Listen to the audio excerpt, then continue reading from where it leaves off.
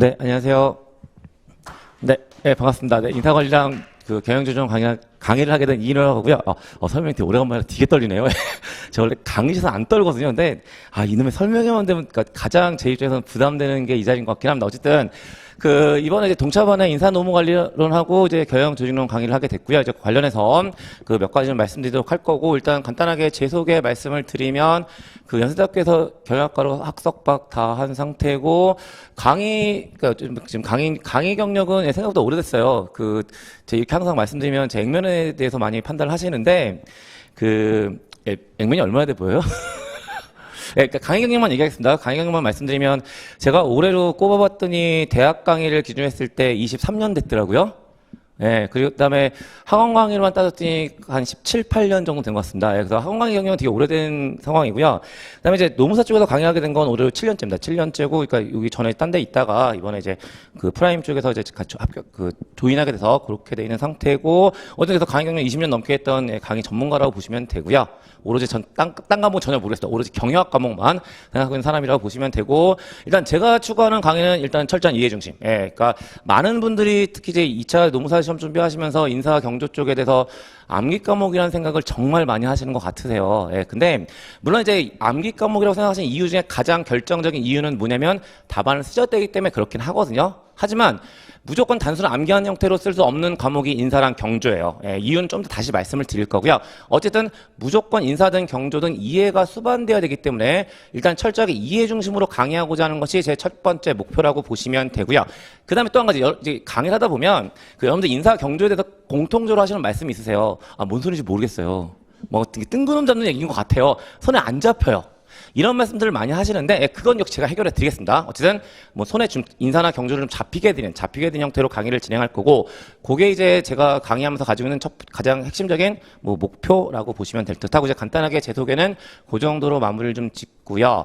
그 다음에 이제 역시 이제 동차반 커리큘럼에 대한 얘기 잠깐 말씀드리면, 이제 일정에 대한 얘기고, 인사 노무관리랑 경영조직해서 목요일날 저녁에 인사 노무관리 진행할 거고, 금요일날 저녁에 경영조직론 진행한다라고 보시면 되는 거고요. 역시 이제 뒤에 다시 말씀드리겠지만, 진도별 모의고사, 어쨌든 2차 시험 목적이니까 답안 작성하셔야 되니까 진도별 모의고사 같이 진행한 형태로 진행할 겁니다. 그럼 이제 밑에 보시면 이제 강의 구성 보시게 되면, 역시 이제 크게 두 가지 구성, 핵심 내용을 강의하는 것. 역시나 이제 전체 내용들을 다 빠짐없이 강의하기는 시간이 좀 너무 부족합니다. 그러니까 앞에 김경 선생님이나 박원철 노무사님께서도 말씀하셨지만, 동차반이라는 특성은 분명히 있어요. 예, 그리고 앞에서 다 말씀하셨지만, 아주 냉정하게 얘기했을 때 합격 가능성이 높은 상은 아니잖아요. 그러니까 2차 시험 준비를 먼저 해보신 경험이 있으시다면 얘기가 달라지겠지만, 2차 시험 준비 없이 동차반에 처음 진입하시는 분들은 역시나 가능성이 높은 시험은 절대로 아님을 분명히 말씀을 드리는 거고요.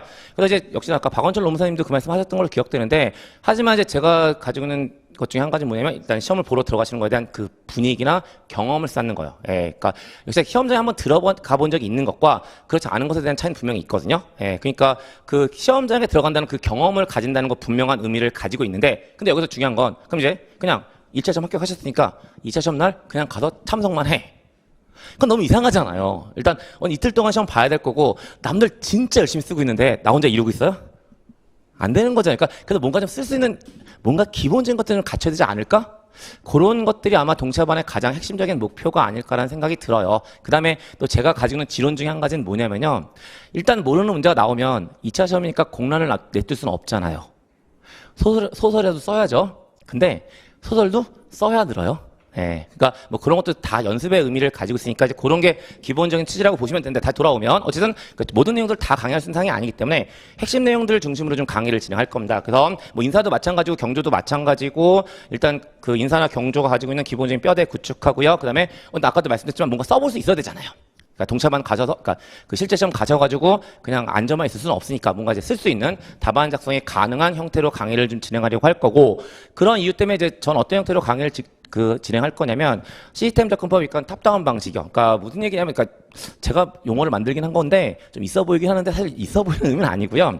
그러니까 항상 저는 어떤 형태로 강의를 진행할 거냐면, 큰 그림을 먼저 그려드릴 거예요. 그러니까 일단 구조를 잡을 거고요.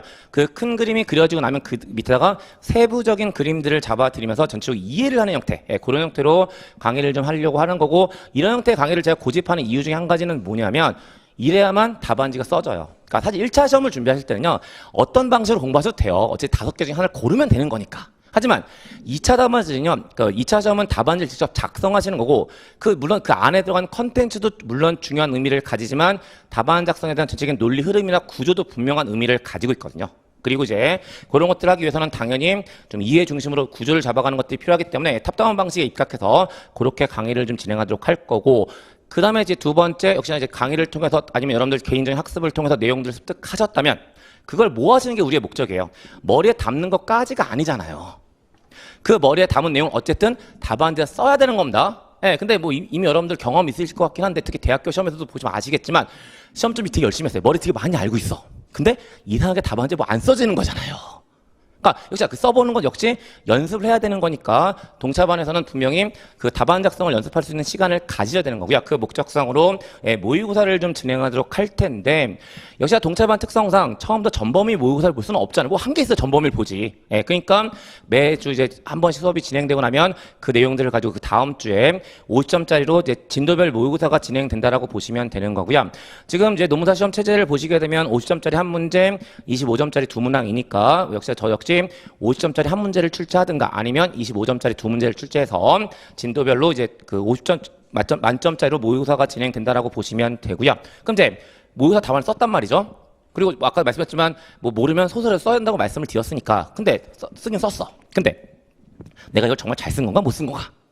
라는 걸 누군가 판단을 좀 해줘야 되겠죠. 그래서 역시나 여러분들 이제 작성해서 답안지를 제출해 주시면 제가 직접 첨삭할 거고요. 거기다 피드백 할 거고, 거기다 추가적인 얘기까지 직접 다 하면서 진행할 거고, 이제 그게 전체적인 동차반에 제가 이제 이번에 준비한 커리큘럼이라고 보시면 될 것 같고, 그렇게 진행을 좀 할 거고요. 그 다음에 이제 역시 이제 뭐 커리큘럼 앞에서 잠깐 말씀드렸는데 그렇다면 이놈의 인사 논문 관리랑 경영 조직 어떻게 공부해야 되는지, 공부해야 되는지에 대한 것들을 좀 이야기할 수 있을 것 같은데 사실은 그러니까 제가 제일 걱정되는 건 뭐냐면 그러니까 동차반이다 보니까 시간이 없다 보니까 급하게 가실 것 같은 느낌이 들긴 들거든요. 근데 사실 뭐 많이들 그런 얘기 하죠. 급히 먹는 밥은 체한다고요. 그러니까 물론 시간이 없는 거 충분히 공감이 되긴 하지만 어차피 아까 냉정한 얘기지만 아까도 말씀드렸지만 동차반을 했을 때 합격 가능성 높지 않다고 말씀을 드렸잖아요. 그러니까 조금 여유를 가지고 체계를 가지고 좀 구조적으로 이해한다는 느낌을 가지고 동차반을 따라오시는 게 오히려 나중에 여러분들 이제 GS 0기, 1기, 2기, 3기 갈 때 더 나은 부분이 있지 않을까 생각이 들어요. 그래서 뭐 공부방법 동차반이라도 국한해서 제가 공부방법 따로 얘기할 건 아닌 것 같고, 그러니까 전체적으로 좀 말씀을 드리는데 이제 제가 많이 얘기한 것 좀 몇 가지만 좀 뽑아드리면 일단 여러분들 2차 과목 보시면 모두 4과목입니다. 그리고 이제 3과목이 필수 과목이고 한 과목이 선택 과목인데 일단 선택 과목 경조를 가정했어요. 제가 경조하니까 당연히 경조를 가정하겠죠. 경조 가정했을 때 법학 과목이 2과목이고 경영학 관련 과목이 2과목이에요. 근데 이 두 가지는 분명히 좀 구분을 하셨으면 좋겠어요. 그러니까 어떤 경우들 이제 경험적으로 많이 보냐면 일반적으로 노무사 시험 준비하시는 분들 4과목 중에 가장 중요하게 생각하시는 과목, 물론 이제 배점도 크기도 해서 그렇긴 하지만 노동법이에요. 노동법입니다. 그리고 이제 그러다 보니까 뭐를 많이 가져가시냐면 리걸 마인드, 법학적 마인드를 많이 가져가세요. 근데 이제 아무래도 노무사 시험 준비하시는 분들은 법 쪽에 많이 적어하시다 보니까 리걸 마인드를 많이 가지시는데 그 리걸 마인드를 가지고 인사나 경조를 접근하세요. 근데 그건 정말 안 돼. 정말 안 되는 거거든요. 그러니까 법학 쪽에서 리걸 마인드가 있다면 경영학 쪽에서도 경영학적 마인드가 분명히 있는 거고요. 그냥 인사 경조에 대한 답안지는 리걸 마인드 관점에서 답안을 쓰시는 것이 아니라 경영학적 마인드 관점에서 답안을 쓰셔야 돼요. 그리고 이제 그런 경영학적 마인드를 물론 제가 계속 수업하면서 말씀을 드리겠지만 그래서 그런 경영학적 마인드를 좀 구축하는 것에 대한 것들을 좀 정리하셔야 될 것 같고 뭐 거기에 대한 구체적인 차이점 지금 설명해서 할 얘기는 아닌 것 같고요. 나중에 구체적으로 제가 강의를 하게 되면 그 리걸 마인드와 경영학적 마인드의 가장 기본적인 차이점들은 분명히 말씀을 드릴 겁니다. 그래서 그런 관점 가지고 좀 그 인사 경조랑 노동법하고 행정은 좀 구분해서 가시는 형태의 그런 것들을 좀 많이 생각해 주셨으면 합니다라는 말씀을 드리고 있는 거고요. 그 다음에 이제 그 선택 과목 3개인데 3개 중에 경조를 제일 많이 선택하세요. 그리고 그 경조를 제일 많이 선택하시는 가장 중요한 이유가 뭐냐면 인사관리랑 관련돼 있다고 생각하시니까 경조를 많이 선택하시는 거잖아요. 맞습니다. 그래서 역시나 공부하실 때 인사랑 경조를 좀 상호 유기적으로 접근하시는 건 분명한 의미를 가지고 있어요. 그래서 어떤 얘기가 되냐면 인사관리 답안지 쓰실 때 경조적인 지식을 갖다 쓰시는 경우들이 분명히 있을 거고요. 그다음에 경조 얘기할 때도 뭔가 사례 같은 것들을 언급해야 될 때 인사 쪽에 대한 사례를 갖다가 쓰시는 거 분명한 의미들을 가지고 있거든요. 그래서 가급적이면 선택 과목을 경조로 가지고 계신 상황이라면 인사관리랑 경조는 좀 상호 유기적으로 고려하시면서 공부하시는 건 분명한 시너지가 있다라고 보시면 돼요. 근데 한 가지 좀 추가적으로 드릴 말씀은 뭐냐면 물론 이제 지금 상황적으로 인사는 필수 과목이고 경조는 선택 과목이다 보니까 그게 쉽지 않다는 건 저도 충분히 공감은 하지만 사실 만약에 공부할 수 있는 순서를 정할 수 있는 상황이시라면 경조 다음에 인사하시는 게 맞아요. 예, 그러니까 왜 그 말씀을 드냐면, 그러니까 역시 이제 경영학을 얘기했을 때 그 경영학은 이제 그 분과학, 소위 의사결정 관련된 분과학이라는 게 있고요. 그다음에 방법론의 의미를 가지고 있는 분야가 있는데 경조는 방법론에 해당하는 거고요. 인사 관련 그 분과학, 다시 의사결정과 관련된 거거든요. 그래서 이제 그 방법론에 해당하는 과목들이 몇 가지 있는데 그 중에 하나 이제 경조고 이 경조를 기반으로 그 기업에 직접 적용한 게 바로 뭐냐면 인사관리라고 보시면 돼요. 그래서 일반적으로 이제 뭔가 학문을 공부할 때 그 방법론이 먼저고 그 다음에 분과학이 그 다음이라서 사실 이제 공부하는 순서를 굳이 말씀을 드리면 경조 먼저 하고 그 다음에 인사관리하는 순서가 맞긴 맞거든요. 근데 아까도 말씀드렸지만 지금 노무사 시험은 인사가 필수고 경조가 선택이니까 쉽지 않긴 하죠. 하지만 이제 그렇지 하지 않더라도 머릿속으로 그걸 한번 계속 떠올리시면서 하시다 보면 인사 관리할 때 경조 이렇게 적용할 수 있겠구나. 그다음에 경조 공부할 때 인사는 이렇게 끌어다가 같이 연결시키면 되겠구나라는 것들이 보이실 거거든요. 그래서 일단 어쨌든 상호 유기적인 측면을 고려해서 공부하시는 거고 현실적으로 가능하진 않겠지만 원래는 경조가 먼저 되고 그 다음에 인사가 해야 되는 게 순서가 맞는 거다라는 느낌들을 가지고 공부를 좀 하셨으면 좋겠다라고 말씀을 드리게 되는 거고 그다음에 세 번째 얘기는 아까 뭐 제가 처음에 말씀드렸지만 계속 똑같은 얘기 드리고 있는 겁니다. 이해를 해야 됩니다. 그러니까 처음부터 무조건 암기하시면 절대로 답안 쓸 수 없으세요. 이해가 돼야만 답안 쓸 수 있기 때문에 일단 철저한 이해를 해야 되는 거고요. 이해가 되면 또 자연스럽게 암기도 되죠. 그 다음에 이해와 암기 사이의 가장 큰 차이점. 일단 암기라면 되게 힘드세요. 그쵸? 힘드신데 어떤 맹점을 가지고 있냐면 또 잘 나가. 잘 머릿속에 없습니다. 근데 이해라는 것은요. 이해만 딱 되고 나면 사실 생각보다 많은 자원을 쓰지도 않지만 휘발되지도 않아요. 그러니까 가급적이면 물론 제가 항상 이렇게 말씀드리면서 이해를 강조하긴 하지만 또 한편으로 정말 외울 거 하나도 없습니다. 라고 뻥을 치진 않아요. 분명, 그러니까 저는 항상 강의하면서 제가 느끼는 것 중에 한 가지가 뭐냐면 절대로 강사는 뻥을 치면 안 돼요. 그러니까 항상 진실만을 얘기한다는 생각을 하기 때문에 어쨌든 외울 게 하나도 없습니다라고 뻥을 치는 않습니다. 어쩔 수 없이 외워야 되는 것들이 있고요. 저도 수업하다가 이건 무조건 외우세요라는 얘기 어쩔 수 없이 해야 합니다. 하지만 그 빈도를 좀 줄이면서 이해를 통해서 자연스럽게 암기할 수 있게끔 그런 형태로 좀 공부하시는 건 분명한 의미를 가지고 있고 그거의 가장 대표적인 방법이 탑다운 방식이기 때문에 계속 탑다운 방식을 강조하면서 시스템 사고방식으로 접근하고자 하는 노력들을 해드릴 거예요. 더 그렇게 좀 공부를 하셨으면 좋겠고 그 다음에 역시나 연장선생님 하지만 이제 그랬을 때 저는 항상 얘기 드리냐면 다독을 하라고 말씀드려요. 그러니까 무슨 얘기냐면 여러분들 일반적으로 공부하실 때 이제 회독수를 늘리는 방법. 회독수를 늘리는 방법은 크게 두 가지가 있습니다. 정독하시는 방법과 다독하시는 방법이 있거든요. 그러니까 정독은 좀 깊이 있게 천천히 보는 걸 정독이라고 말씀드리고 있는 거고 다독이라는 것은 가볍게 좀 빠른 주기를 가지고 보는 게 다독이라고 보시면 되는데 이 인사도 마찬가지고 경조도 마찬가지고 학문적 특성상 정독보다는 다독이 훨씬 좋으세요. 그러니까 나중에 구체적으로 제가 강의할 때도 분명히 이 말씀 드리겠지만 이건 복습할 때도 똑같이 적용이 되거든요. 그러니까 복습하실 때 어떻게 많이 복습을 하시냐면 처음부터 꼼꼼히 그러니까 교재에 있는 거 한 글자도 안 놓쳐야지라고 생각하시면서 꼼꼼히 보시거든요. 근데 그렇게 되면 복습하는 시간 너무 오래 걸리고요. 그 과목이 너무 재미없어질 거예요. 왜냐면 여러분들 그 공부 1차 시험도 마찬가지잖아요. 일단 진도가 좀 나가는 맛이 있어야 공부하고 싶어지지. 하루 종일 한 페이지만 보고 있다고 생각해보세요. 정말 그 과목 싫어지거든요. 그러니까 그런 관점에서 정독해서 천천히 가시는 것보다는 다독을 통해서 회독수를 늘리시는 거. 그게 분명한 의미를 가지고 있고요. 그래서 가급적이면 다독을 통한 학습을 하시는 게 좋다라고 말씀을 드리게 되는 거고 역시 이제 그런 관점에서 익숙함을 만드시는 것도 분명한 의미를 가지고 있어요. 그래서 다독을 통한 학습과 익숙함을 통해서 공부해 주실 것을 부탁을 드리게 되는 거고 그 다음에 다섯 번째네요. 지속적인 답안 작성 연습을 통한 학습에 오감을 통한 학습이라고 쓰고 있는 거고요. 역시 일반적으로 여러분들 공부하신다고 했을 때 특히 1차 시험은 그거 심하셨을 텐데 그냥 눈으로만 공부하시죠. 왜냐면 1차 시험 돼요. 왜냐면 객관식 이제 푸시는 거니까. 하지만 계속 똑같은 얘기 드리지만 2차 시험의 목적은 머리에 담는 게 목적이 아니세요.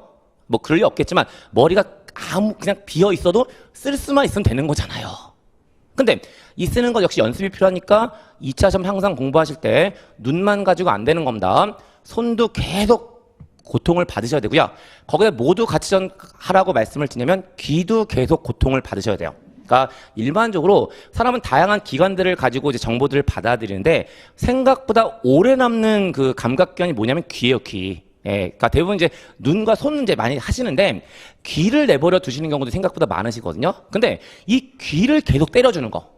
이것 역시 분명한 효과들을 가지고 있어요. 예, 그래서 그 어떻게 하시면 전 어떤 방법들을 많이 강추해서 말씀을 드리냐면, 그러니까 진도대로 아니어도 상관없어요. 그냥 틀어놓으세요. 그게 강의가 됐던 아니면 강의가 너무 양이 많으면 뭐 요즘 워낙 본인이 각자 거 녹음하기 좋으시잖아요. 그러니까 뭐 요약한 자료들을 그냥 녹음해서 계속 틀어놓고, 그러니까 음악하고는 좀 느낌이 다르겠지만 음악 듣는 느낌으로 듣고 보고 쓰시는 거예요. 그러니까 이런 다양한 감각들을 통해서 학습하시는 게 분명히 필요하시고요. 예.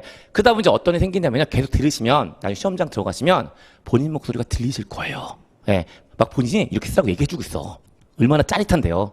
네, 그러니까 그런 것들을 통해서 이제 학습하시는 건 분명한 의미를 가지고 있다라고 보시면 되는 거고, 그다음에 역시나 이제 2차 시험 준비하시면서 가장 기본이 되는 기준은 기출문제겠죠. 어쨌든 기출문제는 시험 준비하는 데 있어서 가장 기본적으로 보셔야 되는 내용들이 되니까 기출문제 활용하시는 건 너무나 당연한 이야기라고 보시면 되고요.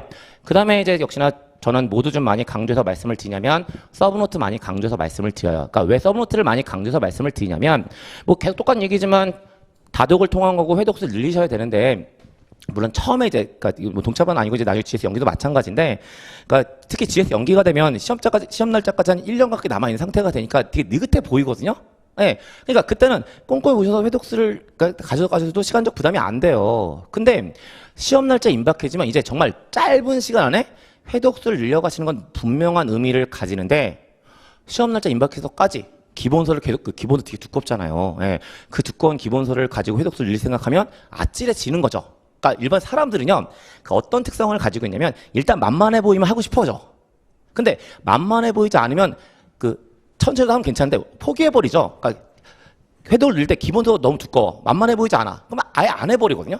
근데 본인만의 서브노트를 가지고 계시면 서브노트가 기본서보다 두꺼울 리는 없잖아요. 뭐 서브노트는 뭐 기본서에 한 뭐 5분의 1 정도밖에 안 될 테니까 만만해 보이지. 예, 만만해 보이니까 그걸 가지고 계속 회독수를 늘리시는 게 가장 효율적인 방법이 되는 거거든요. 그래서 가급적이면 2차 시험 준비하실 때는 뭐 인사도 마찬가지고 경주도 마찬가지고 본인만의 서브노트를 꼭 좀 만드세요라고 말씀을 드려요. 그리고 이제 그렇게 서브노트가 만들어지고 나면 공부하시는 과정 중에서 뭔가 추가적인 내용들을 거기다가 이제 가필해 놓으시는 거고, 그 가필해 놓으시면 아주 훌륭한 단거나 작업이 되어버리는 거죠. 그래서 그런 식으로 좀 하시는 게 기본적인 공부 방법으로 제시하고 있는 내용들이라고 보시면 되고요. 그 정도 이야기 가지고 말씀드릴 수 있을 것 같고요. 예, 여기까지가 이제 제가 이번 설명회 때문에 준비한 내용들 전부 다라고 보시면 되고요. 일단 이 설명회 이후에도 뭐 저에게 뭔가 궁금한 점 있으실 것 같아서 그 연락처 몇 가지 남겨놓고 있습니다. 제가 핸드폰 번호를 깔 수는 없을 것 같고요. 예, 일단 제 이메일이니까 이메일 참조하시면 될 것 같고요. 뭐 특별한 사유가 없는 한 이메일 보내주시면 저 절대로 이메일을 씹진 않는 스타일이라서 24시간 이내에 분명히 회신 갈 거예요. 네, 그래서 이메일 이용해 주시는 방법이 있으실 거고요. 그 다음에 이제 사실 노무사 쪽은 다음에다 카페 많이 개설하시는데, 사실은 제가 노무사 쪽만 노무사 쪽 강의만 하고 있는 게 아니고요. 갑자기 너무 이것저것 하는 것처럼 보이긴 하는데 사실 국내에 경영학이 들어가 있는 쪽은 다 하고 있다고 보시면 되세요. 네, 그러다 보니까 이제 통합적으로 카페를 좀 운영하다 보니까 어쩔 수 없이 네이버에다 카페 개설해 놓고 있는 거고, 카페 명칭이 이인호 경영연구소입니다. 네, 그래서 이쪽 가입 신청하셔서 여기다가 이제 질문글 올려놓으시면 여기도 역시나 큰 문제 없이 무조건 24시간, 어떤 경우도 있냐면요, 같이 게시판 글을 가지고 대화를 해요. 네. 거의 실시간 제가 답글을 다는 경우도 있어가지고, 어쨌든 뭐 그런 용도로 이용하고 있는 거니까 이메일하고 카페 이용해서 뭐 이후에도 궁금한 점 있으시면 저한테 말씀해 주시면 될 것 같습니다. 그래서 오늘 이제 첫 만남이니까 이 정도 가지고 마무리 짓고요. 예, 본격적인 얘기들은 이제 구체적으로 강의 시작했을 때 그때 좀 더 찐한 이야기들 나눠보도록 하겠습니다. 네, 감사합니다.